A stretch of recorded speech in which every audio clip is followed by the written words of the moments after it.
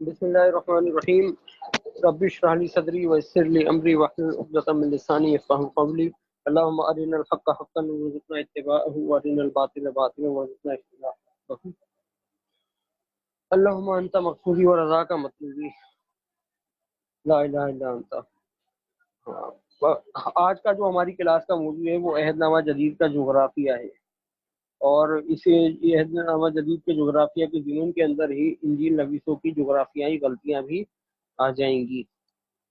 تو یہ سیشن رکھنے کا ہمارا مقصد یہ تھا کہ ہم عہد نامہ جدید کے حالات سے جو ہے آگاہی حاصل کریں کہ اس وقت جو ہے آب و ہوا کیسی ہوتی تھی، اور کاشتکاری کس طریقے سے ہوتی تھی، اور ابتدائی صدی عیسوی کا جو ٹرننگ ایرا ہے، جو عیسیٰ علیہ السلام کی جو پیدائش ہوئی وہاں پہ جو ہے کون سے حالات سے لوگ کیسا لباس پہنتے تھے، کیسے مکانوں میں رہتے تھے، علاقے کے اندر حیوانات کون سے تھے، نباتات کیا تھی، کھانے پینے کے لوگوں پہ کیا اثرات پڑتے تھے، اور اس کے علاوہ جو ہے لوگوں کی جو ہے ایک دوسرے سے کنیکٹ کس طریقے سے ہوتے تھے، اور سمندروں تک رسائیاں کیسے ہوتی تھیں، اور پھر جو نقل و حمل کی جو سہولیات تھی وہ کس پیمانے کے اوپر تھی، ترقی تھی یا نہیں تھی، ترقی تھی تو کس جو ہے منہج کے اوپر تھی، وہاں کا پھر جو سطح زمین کی جو صاف تھی، جغرافیائی ماحول تھا وہ کیا اثر انداز ہو رہا تھا۔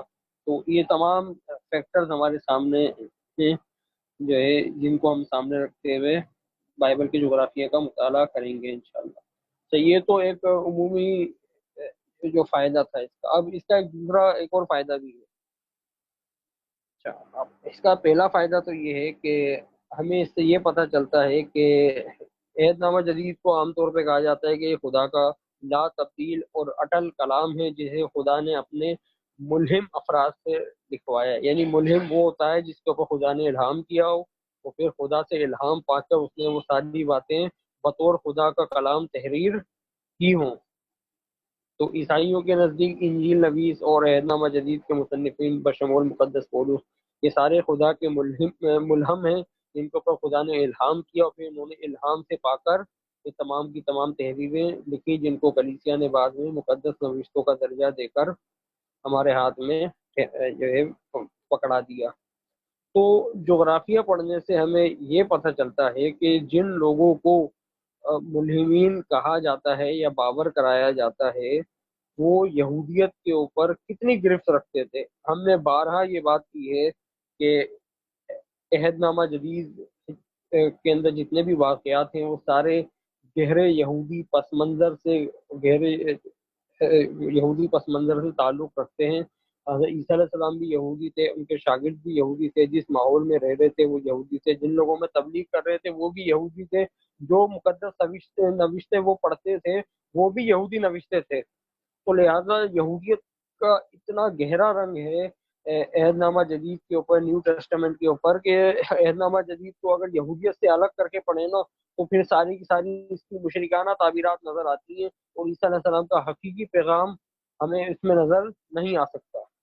تو لہٰذا اگر ہمیں عیسیٰ علیہ السلام کا حقیقی پیغام اگر ہمیں جاننا ہے، اور عہد نامہ جدید جس وقت لکھا گیا اس سیناریو کے اندر اگر ہمیں اس سے حقائق کا استنباط اور استخراج کرنا ہے تو ہمیں اس کے جو ہے وہ یہودی نظر سے اس کو پڑھنا یہ ضروری ہوگا۔ تو جب ہم جغرافیہ پڑھتے ہیں اور جغرافیہ کے اندر جب ہم دیکھتے ہیں کہ عہد نامہ جدید کا مصنفین متعدد غلطیاں کر رہے ہیں تو اس سے ہمیں پتہ پڑتا ہے کہ بھائی آیا ان کو یہودی علاقوں سے اور حالات سے کتنی واقفیت حاصل تھی، اور جو تھے وہ جو الہام ان کو جو ہو رہا تھا وہ آیا واقعی میں جو ہے وہ خدا کی طرف سے ہو رہا تھا، یا کچھ اور معاملہ تھا، یا وہ اپنے طور سے لکھ رہے تھے۔ اب چرچ تو اس بات کو مانتا ہے کہ جب یہ عہد نامہ جدید کی تحریریں لکھی گئیں تو اس کے لکھنے والے اس کو الہامی نوشتے نہیں سمجھتے تھے، بلکہ وہی سمجھتے تھے کہ یہ کوئی عام سی انجیل ہے اور یہ عام سا خط ہے۔ ان کے خواب و خیال میں بھی یہ نہیں تھا کہ ان تحریروں کو آج سے جو ہے کچھ وقت کے بعد اس کو الہامی نوشتے خدا کے کلام کے طور پہ سمجھا جائے گا۔ منہ تک بھی کلام مقدس نامی کتاب جسے بائبل پاکستان بائبل سوسائٹی نے شائع کیا، اس کے اندر یہ اعتراف 2 سے 3 جگہ موجود ہے۔ ایک فائدہ تو اس کا یہ ہو گیا کہ ہمیں جغرافیہ پڑھنے سے اس بات کا ادراک ہوگا کہ ملہمین جو بائبل کے ملہمین ہیں ان کو یہودیت پہ کمانڈ تھی یا نہیں تھی۔ اگر ان کو کمانڈ تھی تو اس کا مطلب یہ ہے کہ یہ عہد نامہ لکھنے والے یسوع کے حقیقی شاگرد یہودی ہی تھے، اگر اس میں کوئی جغرافیائی غلطی نہیں ہے یا تاریخی غلطی نہیں ہے۔ اب اس کی مثالیں بھی آگے آ جائیں گی انشاءاللہ۔ اور اگر اس کے اندر ایسے ایررز موجود ہیں تو اس کا مطلب یہ ہے کہ ان لوگوں کو اس کے اوپر کمانڈ نہیں تھی۔ اگر عہد نامہ جدید کے لکھنے والے مصنفین جن کو ملہم کہا جاتا ہے، اگر وہ اپنی تحریروں کے اندر غلطی کرتے ہیں تو اس کا ایک واضح مطلب یہ بھی نکلتا ہے کہ وہ صرف ایک عام انسان تھے، اور وہ ایک عام تحریر و تصنیف کر رہے تھے جس کی وجہ سے ان کی تصنیف کے اندر بہت ساری غلطیاں آ گئیں۔ وگرنہ الہام ہوتا تو الہام تو غلطیوں سے پاک ہوتا ہے۔ قرآن مجید بھی یہ بات کہتا ہے کہ اگر یہ کتاب اللہ کے علاوہ کسی اور طرف سے ہوتی تو اس کے اندر آپ بہت سارے اختلافات پاتے۔ تو اس کا مطلب واضح طور پہ یہ ہو گیا کہ الہام کے اندر غلطی نہیں ہوتی، الہام جو ہوتا ہے وہ خطا سے پاک ہوتا ہے۔ اور یہی بات جو بائبل کا الہام نامی کتاب جس کی ہم نے پچھلے دنوں جو ہے وہ تشہیر بھی چلائی تھی کہ جس ساتھی کو چاہیے وہ ہم سے رابطہ کر لے، ہم اس کا ڈاؤن لوڈ لنک بھی فراہم کر رہے تھے، تو اس کے اندر بھی مصنف نے کلیسیا کا بھی یہی موقف ہے کہ الہام خطا سے پاک ہوتا ہے نا۔ یعنی آسان الفاظ کے اندر اگر اس بات کو کہا جائے تو جغرافیہ پڑھنے سے اور جغرافیائی غلطیوں کو دیکھنے سے بائبل کا جو الہام ہے اس کی استنادی حیثیت پہ اثر پڑتا ہے، کہ اگر جغرافیائی غلطیاں ہیں تو جو الہام جو ہے اس کی استنادی حیثیت جو ہے نا اس میں کوئی شک نہیں ہے، لیکن اگر اس کے اندر غلطیاں پائی جا رہی ہیں تو اس کا مطلب یہ ہے کہ الہام کے نام پہ کچھ نہ کچھ گڑبڑ ہے۔ اچھا، ایک اور بات یہ ہے کہ ہمیں عیسیٰ علیہ السلام یا یسوع مسیح کے متعلق درست حالات معلوم کرنے ہوں کہ وہ کن حالات کے اندر تبلیغ کر رہے تھے، اور اس وقت تھے وہ سفر کس طریقے سے کرتے تھے، اور کون کون سے علاقوں میں انہوں نے تبلیغ کی، ان علاقوں کے حالات کیا تھے۔ تو یہ تمام واقعات ہمیں جاننا ضروری ہیں، ٹھیک ہے نا۔ اور یہ جاننے کا سب سے بڑا ذریعہ جو ہے ہمارے پاس اناجیل اربع ہیں جن کو کلیسیا جو ہے مقدس مانتی رہی ہے۔ اس کے علاوہ اور بھی بہت ساری بکس ہیں جن کو اپوکریفل گوسپلز کہا جاتا ہے، جن میں عیسیٰ علیہ السلام کی ٹیچنگ ہے، لیکن ان کو کلیسیا رد کے ان کی استنادی حیثیت کا انکار کرتی ہے۔ تو لہٰذا ابھی فی الحال وہ ہمارے زیر بحث نہیں ہے، انشاءاللہ اس کے اوپر بھی ہم کبھی سیشن رکھیں گے۔ تو اب حقائق کا ادراک کیسے ہوگا؟ حقائق کا ادراک ہوگا انجیل سے۔ اب اگر انجیل کے اندر اگر حقیقت نہیں ہے تو اس کا مطلب کیا ہے؟ وہ مت ہے، یعنی افسانہ ہے، اور افسانوں کے اوپر ہمیشہ غیر الہامی مذاہب کی بنیاد ہوتی ہے، نہ کہ الہامی مذاہب کی۔ اور الہامی مذہب جو ہوتا ہے وہ ہمیشہ سچائی پہ مبنی ہوتا ہے۔ لیکن عیسائیت کے معاملے میں یہ ہے کہ عیسائیت جو ہے وہ آدھی افسانے پہ مشتمل ہے اور آدھی سچائی پہ مشتمل ہے۔ تو اس لیے جو ہے یہ مشکل ہو جاتا ہے، یہ ایک عام قاری کے لیے یہ بات مشکل ہو جاتی ہے کہ وہ اس بات کی تمیز کیسے کرے کہ اس کے اندر افسانہ کیا ہے اور حقیقت کیا ہے۔ جیسے اگر عیسیٰ علیہ السلام فرما رہے ہیں کہ سن اسرائیل ہمارا خداوند خدا ایک خدا ہے، تو یہ ہرگز اس کو افسانہ نہیں کہہ سکتے، یہ ان کی ریئل ٹیچنگ ہے، تو اس بات میں کوئی دو رائے نہیں ہے کہ یہ خدا کا کلام ہے۔ لیکن انجیل نویس جو ہے اگر کوئی غلط بات عیسیٰ علیہ السلام کی طرف منسوخ کر رہا ہے اور اس کے اندر کوئی تعویل کی بھی گنجائش نہیں ہے کہ ہم تعویل نکال کے اس کو اس کا جو ہے کچھ تدبیر دے سکتے ہیں اس کو، تو ایسی بات کو یقیناً رد کرنا ہمارے ایمان کا جز ہے۔ جیسے بائبل کے اندر بہت سارے واقعات ایسے ہیں جن کو نبیوں کی طرف غلط منسوخ کر رکھا ہے۔ جیسے بائبل کے اندر ہی جو ہے عیسیٰ علیہ السلام اپنے بھائیوں کو کہتے ہیں جب وہ فسح منانے کے لیے جاتے ہیں یروشلم کہ میں یروشلم نہیں جاؤں گا، لیکن اس کے اگلے دن وہ چھپ کر پہنچ جاتے ہیں۔ تو یہاں پہ جو نعوذ باللہ نعوذ باللہ نعوذ باللہ یہ گمان پیدا ہوتا ہے کہ انہوں نے اپنے بھائیوں سے جھوٹ بولا، ہم تو ہمارا تو ایمان ہے کہ ہرگز عیسیٰ علیہ السلام جیسے پاک نبی ہرگز جھوٹ نہیں بول سکتے، تو اس کا مطلب یہ ہے کہ انجیل نویسوں نے وہاں پر غلطی کی ہے. ٹھیک ہے. تو اگر اس بائبل کے اندر بہت سارے واقعات ایسے ہیں جو اگر حقیقت پہ نہیں ہے، تو اس کا مطلب یہ ہے کہ وہ انجیل نویس نے اپنے پاس سے ان کو شامل کر رکھا ہے اور اس کی بنیاد کے اوپر جو ہے ایک عمارت تعمیر کی ہے. جیسے مقدس پولوس نے یسوع مسیح کے جی اٹھنے پر پورے کے پورے عقیدہ نجات کھڑا کر دیا کہ اگر مسیح نہیں جی اٹھا تو ہماری منادی بھی بے فائدہ ہے، تمہارا ایمان بھی، بلکہ ہم خدا کے حضور جھوٹے گواہ ٹھہرے. کرنتھیوں کے خط کے 15ویں باب کے اندر وہ صاف صاف لکھتے ہیں وہ. تو ایک پورا کا یسوع کو جو ہے، یسوع کا قبر سے جی اٹھنا ایسا ہی ہے کہ جنگل میں مور ناچا کس نے دیکھا. یسوع کو قبر سے باہر آتے کسی نے دیکھا ہی نہیں ہے، وہ قبر خالی دیکھ کے سمجھ لیا کہ بھائی مردہ زندہ ہو گیا. تو اس سے تو ہم بھی قبرستان 10 بار جاتے ہیں، وہاں پہ خالی قبریں ہوتی ہیں، کیونکہ ہم بھی شور مچا دیں گے چلو بھائی بھاگو بھاگو مردہ زندہ ہو گیا، اس قبرستان میں مردے زندے ہو جاتے ہیں. تو یہ ایک پورا کا پورا افسانہ ہے، اور مقدس پولوس نے افسانے کے اوپر جو ہے نا پوری انسانیت کی نجات کا عقیدہ کھڑا کر دیا. ٹھیک ہے. اور عیسائی حضرات نے اپنی عقل کو جو ہے صلیب پہ قربان کر کے اس پہ یقین بھی کر لیا. بہرحال یہ تو خیر ایک ضمن بات آ گئی. اچھا، اس کے علاوہ ایک اور فائدہ بھی جغرافیہ پڑھنے کا ایک فائدہ یہ بھی ہے کہ ہمیں عہد نامہ جدید کا سیاق و سباق ہمیں سمجھ میں آتا ہے. کیونکہ کسی بھی بات کو اگر آپ نے اس کی گہرائی میں جاننا ہے تو اس کا سیاق و سباق دیکھنا ضروری ہوتا ہے. اب انجیل کا جو متن ہے وہ ہمیں کما حقہ اس وقت کے حالات کا اور پورا کا پورا جو سیناریو ہوتا ہے اس کا جو ہے بارے میں خبر نہیں دیتا. تو لہٰذا پھر ہمیں تاریخ کی طرف متوجہ ہونا پڑتا ہے کہ بھائی یہاں پہ جو بات کی گئی ہے اس کا سیاق و سباق کیا ہے. اب اس کی مثالیں میں اس لیے نہیں دے رہا کہ آگے ساری مثالیں انشاءاللہ آگے آ رہی ہیں، لیکن اگر مثالیں بھی میں یہیں پہ دوں گا تو پھر وہ ہماری سلائڈیں رہ جائیں گی. بات یہاں پہ پہلی سلائڈ پر ہی بات طویل ہو جائے گی، ٹائٹل پر ہی، ہے نا. تو جب بات سیاق و سباق میں جب بات سیاق و سباق سے ہٹ کے کی جاتی ہے تو پھر اس کے اندر بہت ساری چیزیں جو ہے نت نئی شامل کر دی جاتی ہے. تو جب ہمیں تمام کے تمام سیاق و سباق کا پتہ ہوگا نا تو پھر ہمیں واضح طور پہ یہ بات سامنے ہمیں پتہ پڑے گی. جب ہم انجیل کا مطالعہ کر رہے ہوں گے تو ہمیں پتہ پڑ جائے گا کہ بھائی انجیل نویسوں نے اس میں اپنے پاس سے کس بات کا اضافہ کیا ہے اور کس بات کا اضافہ انہوں نے نہیں کیا، بلکہ حقیقت پہ مشتمل بات لکھی ہے نا. تو سیاق و سباق جاننے کا سب سے جو ہے ایک قاری کو فائدہ یہ ہوتا ہے کہ پھر جو بھی بیانیہ ہوتا ہے اس کی صداقت کا اور اس کے کذب کا بیان پتہ پڑ جاتا ہے. اب اس کی جیسے مثال میں آپ کے سامنے رکھتا ہوں کہ انجیلیں جو تینوں انجیلوں کے اندر لکھا ہوا ہے کہ یسوع جو ہے ہیکل میں داخل ہو گئے، انہوں نے وہاں پہ کوڑے مار کے لوگوں کو جو وہاں پہ کاروبار کر رہے تھے ان کو ہیکل سے باہر نکال دیا.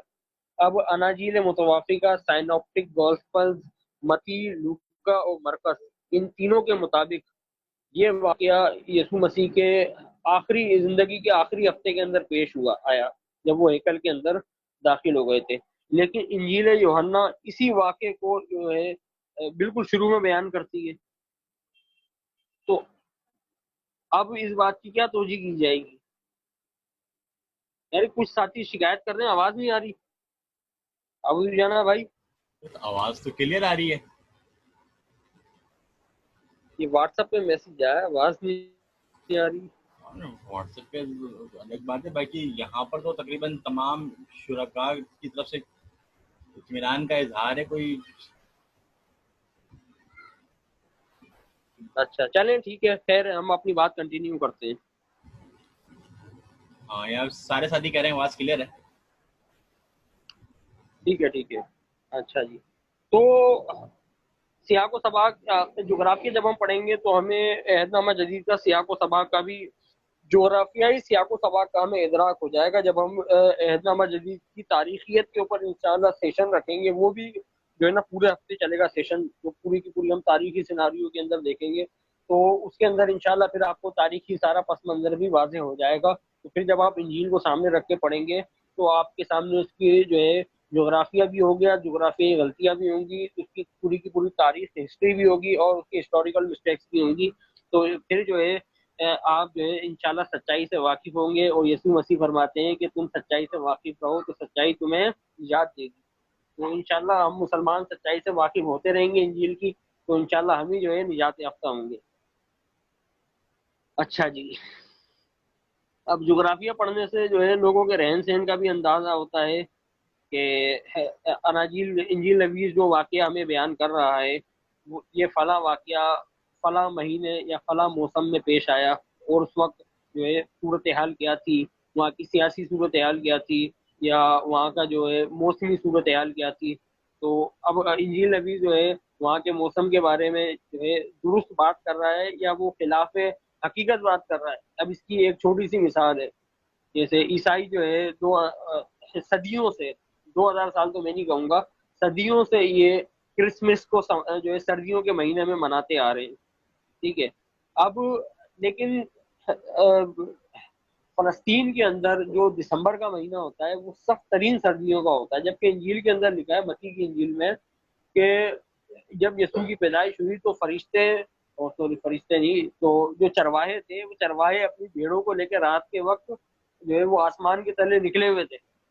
تو فلسطین کے لوگ کو اتنی سخت سردی پڑتی ہے کہ وہ اکتوبر کے آخر میں ہی بھیڑوں کو جو ہے اپنے مخصوص جگہوں کے اوپر بند کر دیتے ہیں۔ تو اتنی سخت ترین ٹھنڈ کے اندر کون سا چرواہا بھیڑوں کو لے کے نکلے گا؟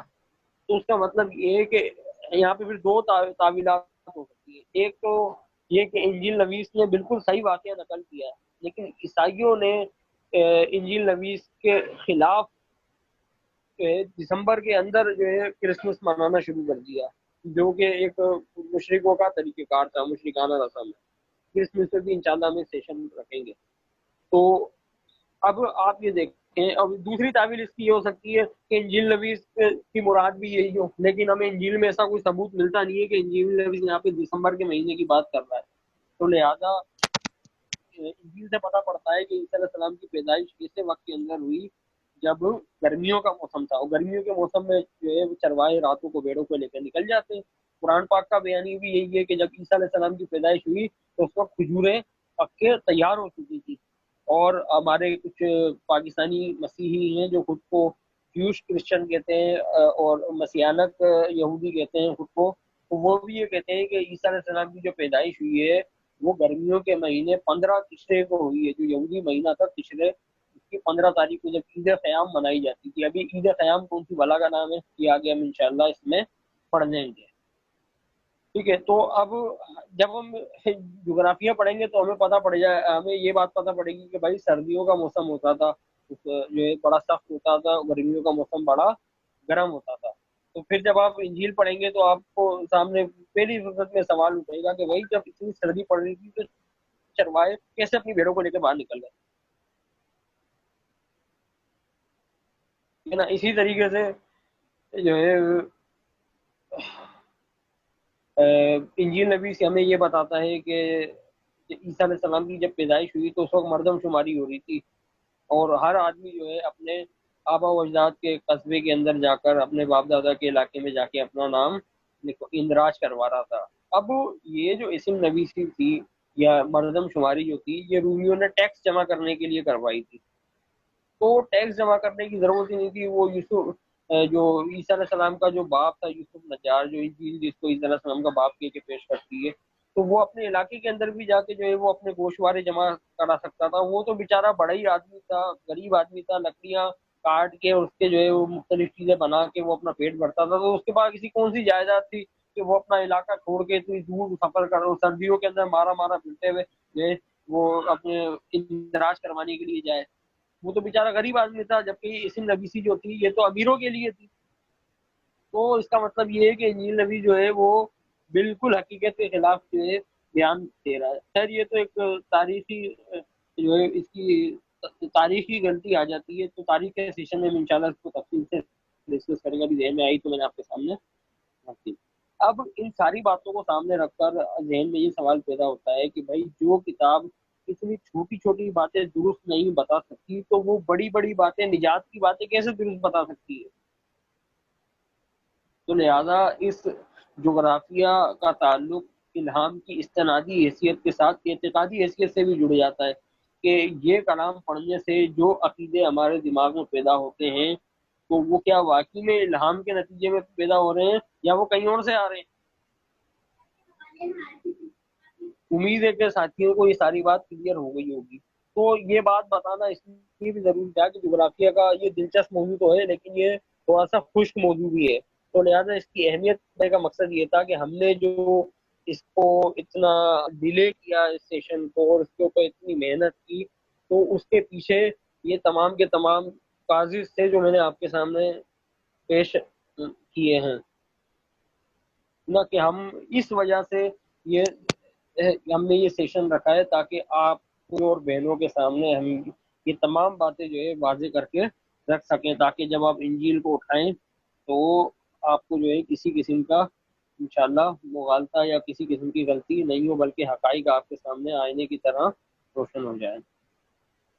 ٹھیک ہے جی، آ جائیے بھائی، سلائیڈ نمبر 2 پر آ جائیے۔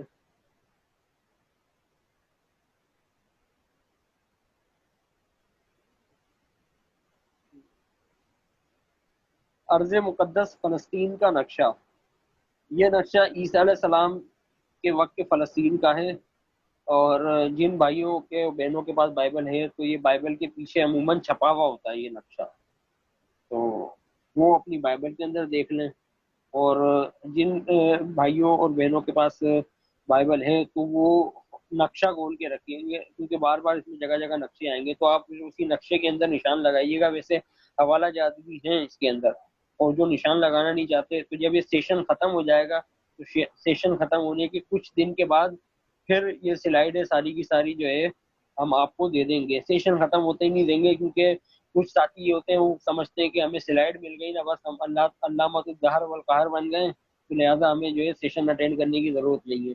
تو ہم نے جو آپ کے لیے اتنی محنت کی ہے سیشن کے لیے اور اتنی سلائیڈیں بنائی ہیں، یہ بہت یہ سلائیڈیں تو ایسی گزرتی جائیں گی پتہ نہیں پڑے گا، لیکن آپ کو اندازہ نہیں ہے اس کے پیچھے کتنی محنت ہوئی ہے۔ تو بہرحال یہ فلسطین کا نقشہ ہے جو عیسیٰ علیہ السلام کے وقت کا ہے۔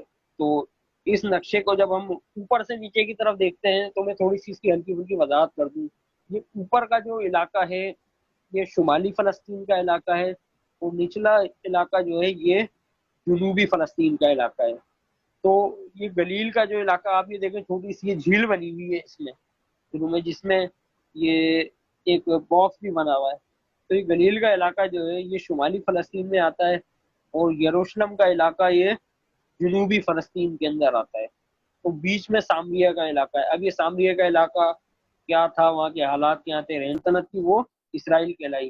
تو جو اسرائیل کی سلطنت تھی اس کے اندر 10 قبیلے رہتے تھے، اور یہ باقی 2 قبیلے یہ جنوبی سلطنت کے اندر تھے۔ تو بہرحال یہ ہم آگے چل کے انشاءاللہ اس کے اوپر جو ہے پڑھیں گے۔ تو ابھی بتانے کا مقصد یہ ہے کہ گلیل جو تھا جہاں پہ عیسیٰ علیہ السلام اپنی جو ہے زندگی کا تمام حصہ جو ہے منادی کرتے تھے، اور آخری دنوں کے اندر وہ جو ہے یہودیہ کے علاقے جنوب کے اندر واقع تھا وہاں پہ تشریف لائے۔ تو گلیل کا علاقہ جو ہے اس کو بھی ہم ڈیٹیل سے انشاءاللہ پڑھیں گے، اور اس کی جغرافیکل مسٹیکس بھی ہیں کچھ، وہ بھی ہم انشاءاللہ دیکھیں گے۔ تو یہ بہرحال یہ نقشہ آپ کے سامنے جو ہے اب اس کو ہم جو ہے جزیات میں بھی تقسیم کر کے آگے انشاءاللہ ہم دیکھیں گے۔ اچھا جی، اگلی سلائیڈ پر آ جائیے۔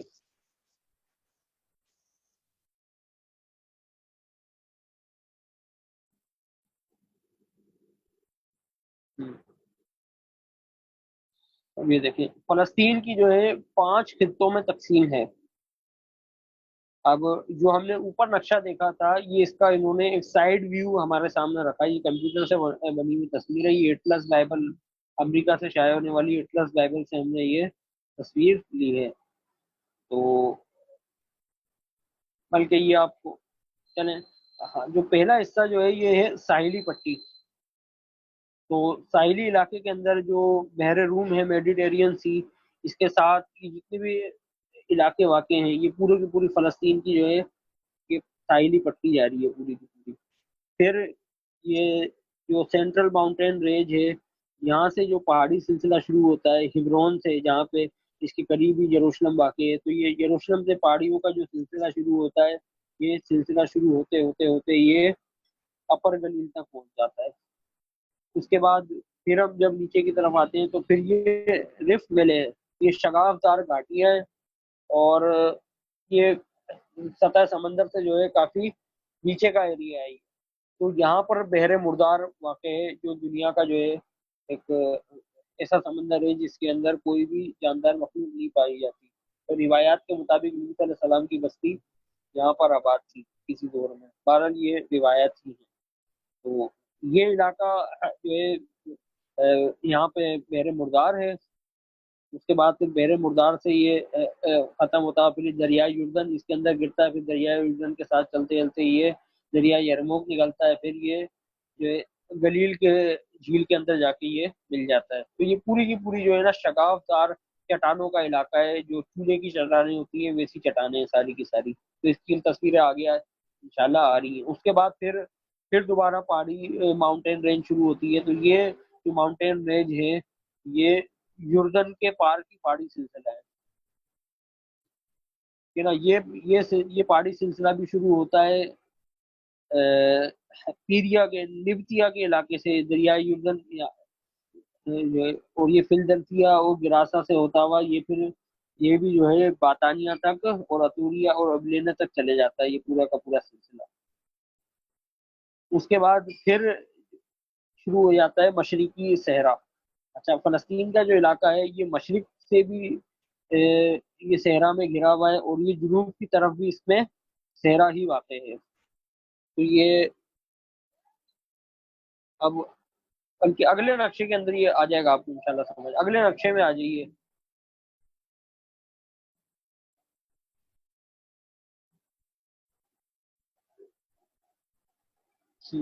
یہ اردو کے اندر نقشہ ہے یہ ہم نے جامع الکتاب سے لیا ہے، جس کو پاکستان بائبل سوسائٹی نے شائع کیا ہے۔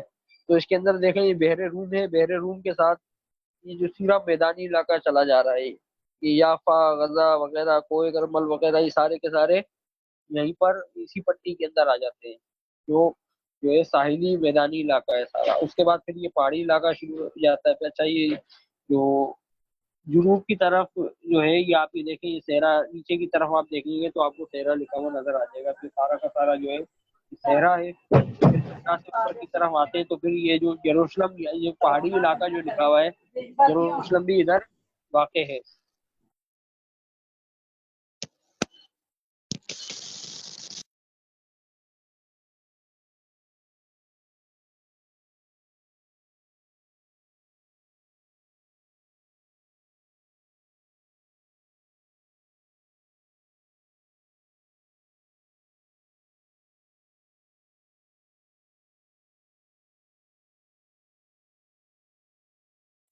عبداللہ صاحب، غازی صاحب مائک جو ہے وہ اپنا انمیوٹ کریں۔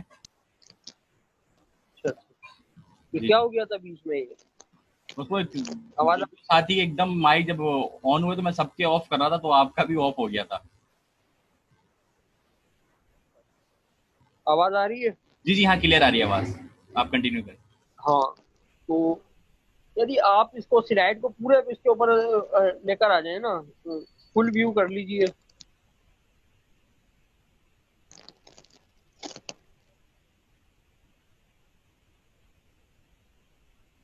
اب صحیح ہے، ٹھیک ہے۔ اب آپ یہ دیکھیں پہاڑی علاقے کے ساتھ یہ بحر مردار سمندر ہے، آپ کو لکھا ہوا نظر آ رہا ہوگا یہ نیلے رنگ کے اندر۔ پھر بحر مردار کے ساتھ یہ پوری کی پوری پٹی چل رہی ہے یہ۔ اب آپ یہ دیکھیں اس میں واضح طور پہ آپ کو محسوس ہوگا کہ یہ پورا کا پورا جو ہے ایک کھائیاں بنی ہوئی ہیں باقاعدہ، یہ سارا کا سارا اس ٹائپ کا علاقہ ہے یہ۔ اس کی آگے انشاءاللہ تصویریں آ رہی ہیں۔ تو یہاں سے جو ہے دریائے اردن بھی چل رہا ہے، ٹھیک ہے؟ تو پھر یہ پہاڑی سلسلہ آگے جاتا ہوا جو ہے یہ گلی تک چلے جاتا ہے یہ۔ پھر بیچ کے اندر جو ہے نا یہ رفٹ ویلے یعنی دار، اس کے بعد پھر یہ یردن کی پہاڑیاں آ جاتی ہیں، اور پھر یہ مشرقی صحرا شروع ہو جاتا ہے۔ اچھا، تو گلیل سے اوپر کی طرف جائیں گے تو پھر دمشق، یہ شام کا علاقہ شروع ہو جائے گا، سیریا کا۔ تو امید ہے کہ یہ آپ کو ابھی کلیئر ہو گیا ہوگا انشاءاللہ۔ یہ خطے کا یہ سارا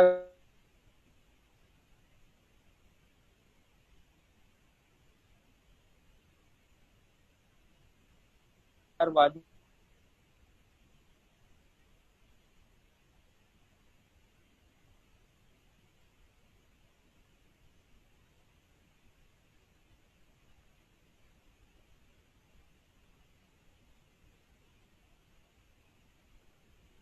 ہاں عبداللہ غازی صاحب، آواز جو ہے وہ نہیں آ رہی ہے.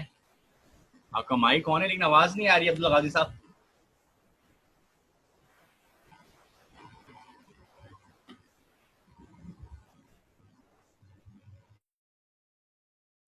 عبداللہ غازی صاحب، آپ کی آواز نہیں آ رہی ہے.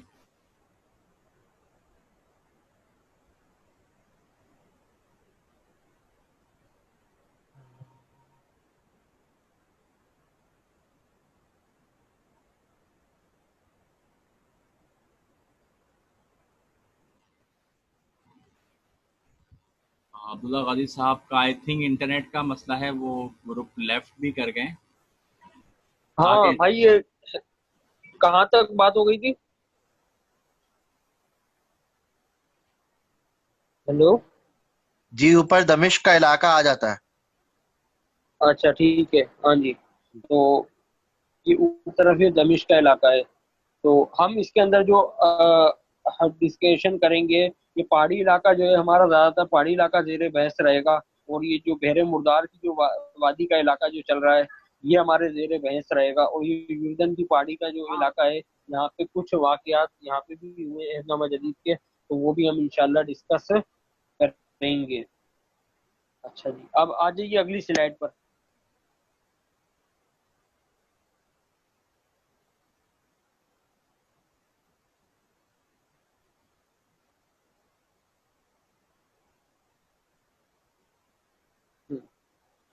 یروشلم تا گلیل پہاڑی علاقے. اچھا، اب ہم نے دیکھا تھا کہ جنوب سے شمال کی طرف ایک پورا پہاڑی سلسلہ چل رہا ہے نا. تو اس تصویر کے اندر آپ نے دیکھیں یہ ساری کی ساری جو اس طرح کی پہاڑی سلسلہ ہے، یعنی وہاں پہ سبزہ بھی تھا اور پہاڑیاں بھی تھی، یعنی بالکل ہی خشک علاقہ نہیں تھا. تو بارشیں جو ہیں وہ عام طور پہ جون جولائی اور اگست کے مہینے میں ہوا کرتی تھی، اور اسی مہینے میں جو ہے لوگ فصلیں وغیرہ اگاتے تھے. تو پھر جو ہے وہ یہ اس سلائڈ کے اندر بھی یہ تصویر ہی ہمارے کام کی ہے. اچھا جی، اگلی سلائڈ پر آ جائیے.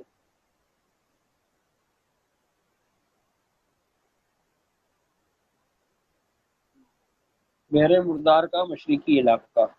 دیکھیں ابھی ہم نے جو ہم نے پڑھا تھا کہ شگاف دار چٹانوں کا سلسلہ ہے، یہ تمام کا تمام، یہ پورا کا پورا جو ہے یہ بیاباں علاقہ ہے. یعنی یہاں پہ بہت کم لوگ آباد رہے، کیونکہ یہاں پہ آپ یہ تصویر میں دیکھ لیں بالکل سنگلاخ پہاڑ ہیں.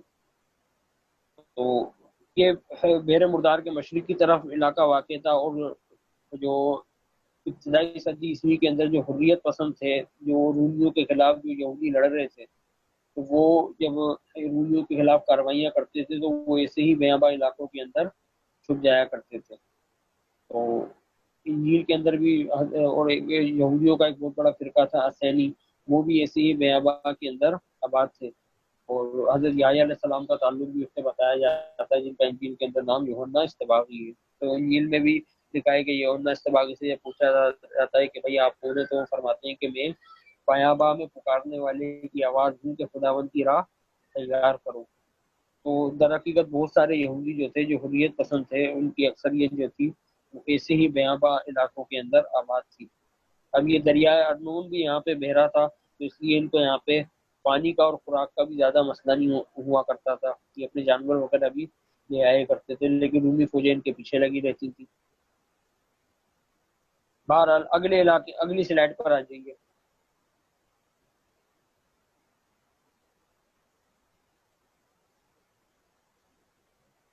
بحر مردار کا یہ بھی مشرقی علاقہ ہے. اچھا جی، اب اس کے اوپر تھوڑی سی ڈسکشن ہے. اب آپ یہ دیکھیں بحر مردار کے مشرق کے اندر یہ بیاباں کا وہ علاقہ ہے جہاں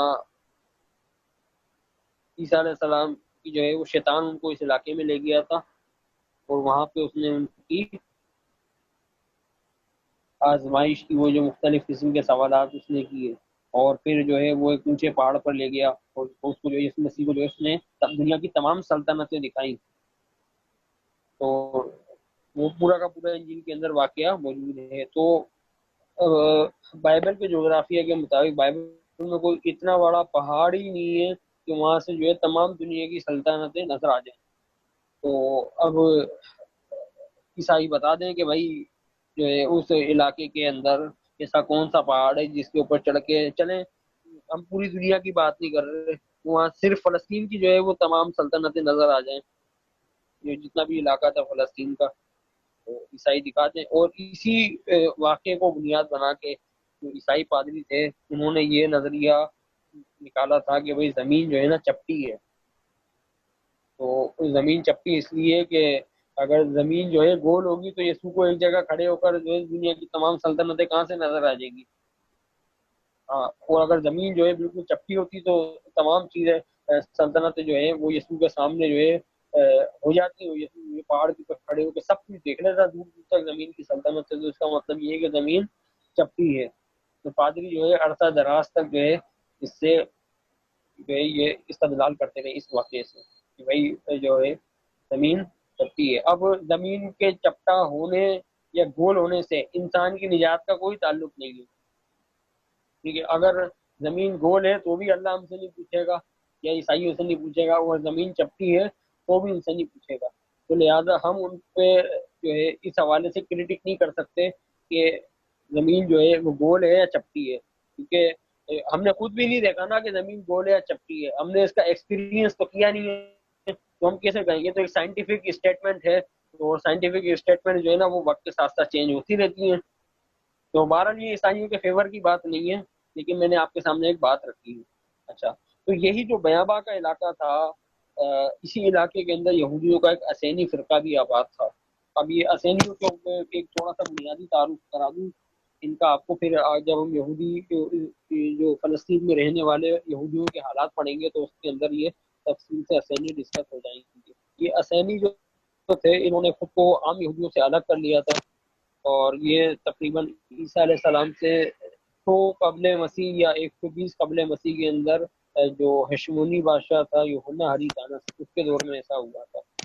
یہ بیابا کے اندر چلے گئے تھے کہ بھائی ہم جو ہے بنی اسرائیل کے جو کاہن ہیں وہ گمراہ ہو گئے ہیں اور وہ قوم کو بھی گمراہ کر رہے ہیں، تو لہٰذا اب المسیح آ کر ہی جو ہے قوم کو ان کی بدماشیوں سے نجات دے گا. تو لہٰذا یہ جو تھے یہ خود بھی ان میں بہت سارے کاہن تھے، تو انہوں نے یروشلم کا ہیکل کو بھی چھوڑ دیا کہ بھئی ہیکل کے اندر جو ہے وہ شریروں کا قبضہ ہو گیا ہے. تو وہ یہ ہیکل کی قربانی کو بھی نہیں مانتے تھے، تو انہوں نے وہاں پر جو ہے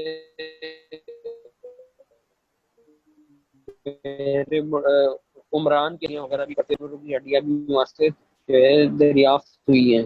تاہم یہ بات جو ہے ابھی متفق جو ہے مصدقہ طور پہ نہیں کہی جا سکتی کہ انہوں نے ہیکل بنایا تھا، لیکن جو ہے ماہرین کا ایک تجزیہ ہے کہ ہڈیاں، جانوروں کی ہڈیاں وہاں سے دریافت ہوئی ہیں. تو اس کا مطلب یہ ہے کہ یہ لوگ جو ہے قربانی کیا کرتے تھے. اچھا جی، تو یہ لوگ جو تھے یہ روحانی مشقوں کے ذریعے خود کو تیار کر رہے تھے کہ جب المسیح آئے گا تو ہم اس کے ساتھ مل کے اسرائیل کی آزادی کے لیے جنگ لڑیں گے. ان کا طرز زندگی بالکل الگ تھا، بالکل یہ الگ تھلگ ہو گئے تھے معاشرے سے، شادی بھی نہیں کرتے تھے یہ لوگ. اسی علاقے میں حضرت یوحنا استباغی یا حضرت یحییٰ علیہ السلام نے بھی اپنا بچپن گزارا تھا. تو یہ لوگ شادی نہیں کرتے تھے، تو یہ دوسروں کے بچوں کو لے کے پالا کرتے تھے. تو جو انجیل میں بھی یہ بات لکھی عیسیٰ علیہ السلام کے جو 12 سال کے لوکا کی انجیل ان کا بچپن کے حالات بتاتی ہے، اور پھر 12 سال کا ایک واقعہ بتاتی ہے. اس کے بعد عیسیٰ علیہ السلام کی زندگی کے جو 18 سال ہیں ان کے بارے میں کوئی خیر خبر نہیں ملتی تھی وہ کہاں گئے. تو ماہرین کا کہنا ہے کہ عیسیٰ علیہ السلام نے وہ تمام ایام جو تھے وہ اسی بحر مردار کا جو مشرقی علاقہ تھا، بیابا کا علاقہ، وہ قمران کہتے ہیں، قمران کی وادی کے اندر یہ ایام انہوں نے وہاں پر گزارے تھے. تو اس حوالے سے بہت ساری کتابیں لکھی گئی ہیں. جو امریکی صحافی تھے ایڈمنڈ ولسن، انہوں نے بھی ڈیڈ سی اسکرول کے اوپر کتاب لکھی، انہوں نے بھی کے اوپر زبردست طریقے سے ثابت کیا عیسیٰ علیہ السلام کا جو قمران سے تعلق، اور پھر جان الیگرو یہ بھی ایک امریکی اسکالر تھے اور محقق تھے جنہوں نے وادی قمران کے علاقے میں تحقیقات کی، تو انہوں نے بھی جو ہے یسوع کا اس علاقے سے گہرا تعلق ثابت کیا۔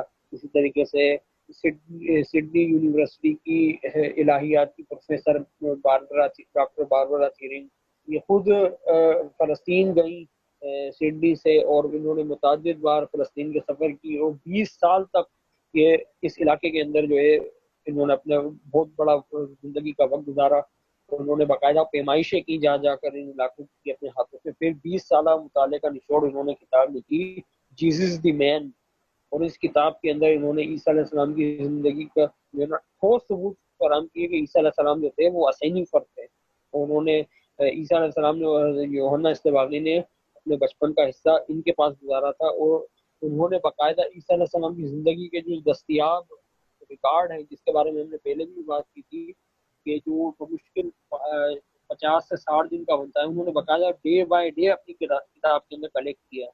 تو یہ جیسس دی مین جو کتاب جو ہے یہ پڑھنے سے تعلق رکھتی ہے۔ ہم نے تو جو ہے ہمارے استاد ظفر اقبال صاحب نے اس کتاب کو انگلینڈ سے منگوایا تھا، یہ عام طور پہ PDF کے اندر دستیاب نہیں ہے، تو لہٰذا آپ اس کی PDF ہم سے مانگ کے شرمندہ نہ کریں۔ جی اگلی سلائڈ پر آ جائیے۔